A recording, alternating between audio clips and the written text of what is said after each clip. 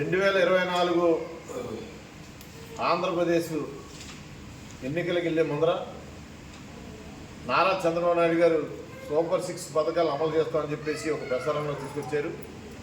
దానిలో భాగంగా mega DSC 16,000 మందిని నారా లోకేష్ బాబు గారు విద్యాశాఖ మంత్రిగా ఎక్కడా ఏ తప్పు జరగకుండా దేశంలోనే ఒక అవినీతి మరక లేకుండా మరి మెగా డిఎస్సిని సెలెక్ట్ చేయడం సామాన్య విషయం కాదు.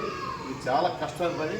అటువంటి పని పూర్తి చేసి మొన్న చంద్రబాబు నాయుడు గారు ముఖ్యమంత్రి గారి చేతి మీదుగా మరి అందరూ కూడా సెలెక్ట్ అయిన అందరికి కూడా ఈ సర్టిఫికేట్లు ఇవ్వడం వాళ్ళ కుటుంబాలలో ఎంతో ఆనందంతో పాటు ఆంధ్రప్రదేశ్లో ప్రతి సంవత్సరం డిఎస్సి చేస్తానని హామీ ఇవ్వడం చాలా ప్రజలందరూ రక్షించడానికి విషయం, నిరుద్యోగులందరూ రక్షించడానికి విషయం సందర్భం తెలియజేస్తున్నాను.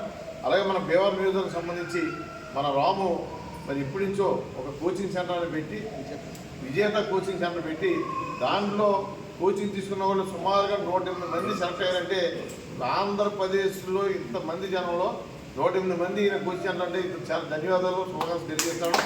రాబోయే రోజుల్లో పశ్చిమ గోదావరి నుంచి ఆంధ్రప్రదేశ్ ప్రభుత్వంలో కీలకమైన పొజిషన్ ఉండాలని చెప్పి కోరుకుంటూ రాబోయే రోజుల్లో నారా చంద్రబాబు నాయుడు గారి నాయకత్వంలో అందరూ రాష్ట్రంలో అందరికి కూడా నిరుద్యోగులకు కానీ అలాగే ప్రజలకు కానీ అన్ని విషయాల్లో అభివృద్ధి విషయంలో కానీ సంక్షేమ విషయంలో కానీ ముందుకు తీసుకెళ్తామని సందర్భంగా తెలియజేస్తున్నాను.